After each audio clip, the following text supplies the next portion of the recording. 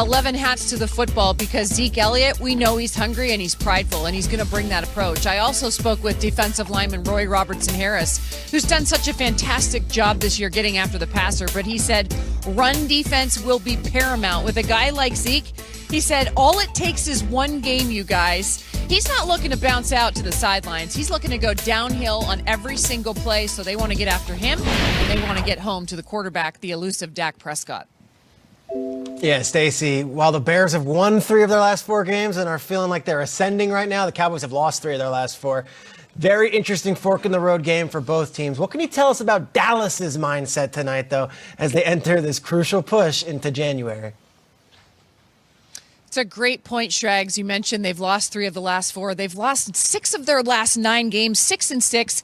They're still atop the NFC East. And so for them, I talked to starting cornerback Byron Jones this week.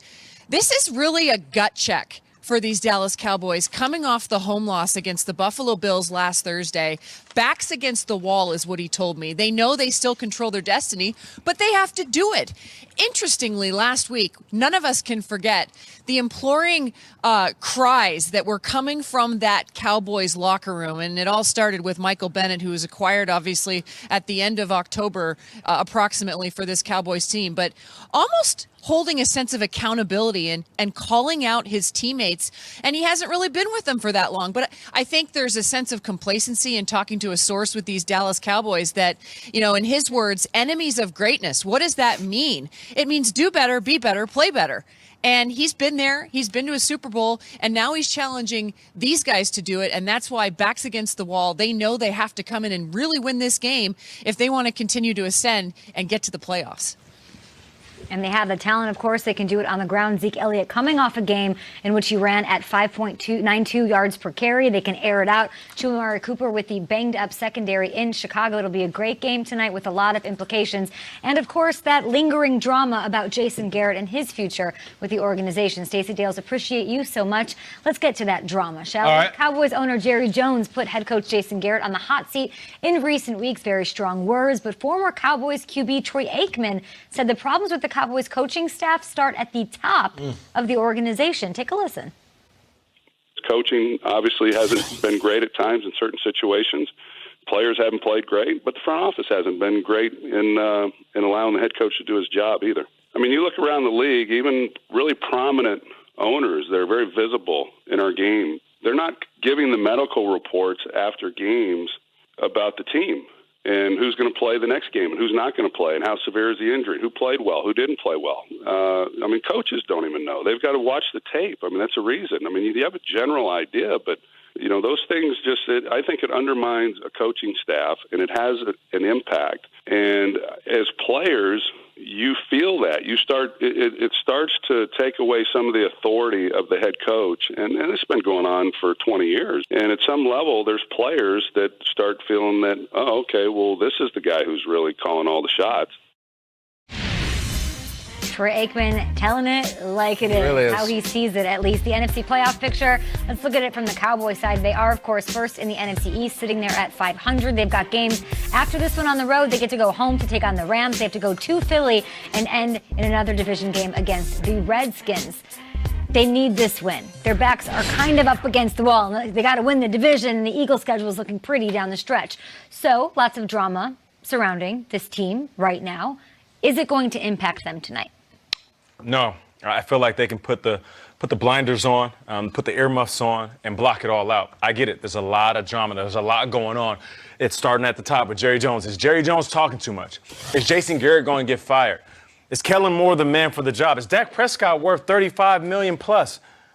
Forget all that for a quick second. Just understand where you are. You're in the month of December, the most crucial time of the season. Block it all out. Understand you have the most talent in your division. Could have the most talent within your conference. Let's put it all together. I'll get back to Kellen Moore for a second. I'll say it until I see it. Kellen, I need you to be more creative.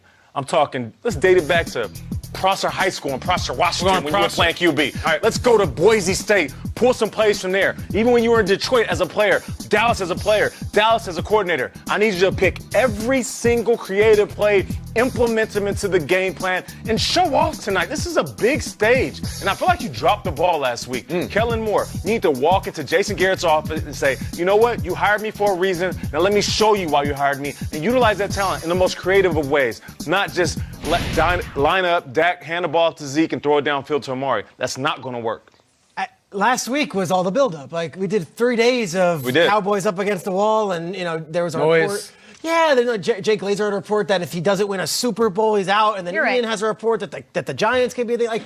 And then they laid an egg. Like, what evidence do I have that suddenly this is the game the Cowboys get it going? Instead of blocking it out, maybe use it. Right? Exactly. And welcome after the game, we hear Michael Bennett's the one giving the riveting speech. Michael Bennett, who's been there less time than I have this season. Like, it's mind-boggling to me that we're again in another Thursday, and we're suddenly supposed to think that they're going to be able to put the blinders on and rally around it. Like, you bring Jason Witten back, you pay him a lot of money, 38-year-old tight end from the booth, like. We're looking at Michael Bennett for the riveting speech right now. You got Kellen Moore, this 31. Yeah. I sure hope they're not leaning on Kellen Moore, the first-year 31-year-old offensive coordinator, to save the season. You're paying a lot of players a lot of money. You're playing a head coach who's been there for 9 years, a lot of money. And you look around that room, there's a lot of talented guys in the building. If you can't beat Buffalo at home on Thanksgiving, why do I have any confidence that you can go into Chicago and beat the Bears on their field? If it's not Michael Bennett, who should it be? I don't like the complacency source. I mean, how does that hit you as somebody who's worked in this industry so long to know that a team that is in the division lead, that wants to win a Super Bowl and has the talent to do it, complacency is even associated with that team? Your coach is on the hot seat. Everyone's questioning the quarterback, and you come out and you're up 7-0 on Thanksgiving, and then you get the doors blown off on the most viewed Thanksgiving Day game in over 20 years. Yeah. Okay, if it's not going to be someone that's been there for a while, or there's not any urgency. Well, yeah, Witten, right? I don't know. Good answer. I don't know who it's going to be. I don't know when it's going to be. But if it wasn't last week. It's too late, Peter. Yeah, I'll say what I said about the Bears. It's December 5th. We know who these teams are. Here's the fact. The best thing about the Cowboys is how bad the Eagles are. That's their best strength as a team, is the Eagles are terrible. And, they have this whole warm blanket they cling on to about, we're in great shape to win the NFC East. Who cares? Guys, they don't hang divisional championship banners in Jerry World. You can look. They don't do it. This is the Dallas Cowboys. Ric Flair isn't holding up the Intercontinental Belt. Meryl Streep does not have a surfboard for the Kids' Choice Awards. You understand what I'm saying? There's a standard. If you're going to tell us we're America's team and we got to start, don't be like, but we can still win the division at 8-8. Screw you. Who cares? You've done that before. Show me something. You got all the best players in the world, and the best thing about your team is Carson Wentz throwing incompletions and the Eagles secondary can't cover anybody. That's America's team right there. Do something better. I have a suggestion for what the Cowboys should do. They should run the ball. Okay. I think they should. It's that simple. Get back to the bread and butter. See if you're with me here.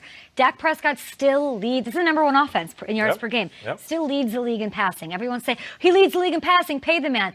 I don't think that's the way to get into the playoffs. In fact, I know that it is not. Four of the last 5 quarterbacks to lead the league in passing missed the playoffs. How about that? 4 of the last 5 have missed the playoffs. And it speaks to defensive struggles. It speaks to imbalance. It speaks to, it's not good. It speaks to missing the playoffs entirely. Maybe get back to what you've been the past couple of years successfully. Lean on Zeke Elliott, especially when he is running at over 5 yards a pop. What do you guys think? Well, don't you think, like Jason Garrett, it may be faulted, but he's a smart guy and he knows football.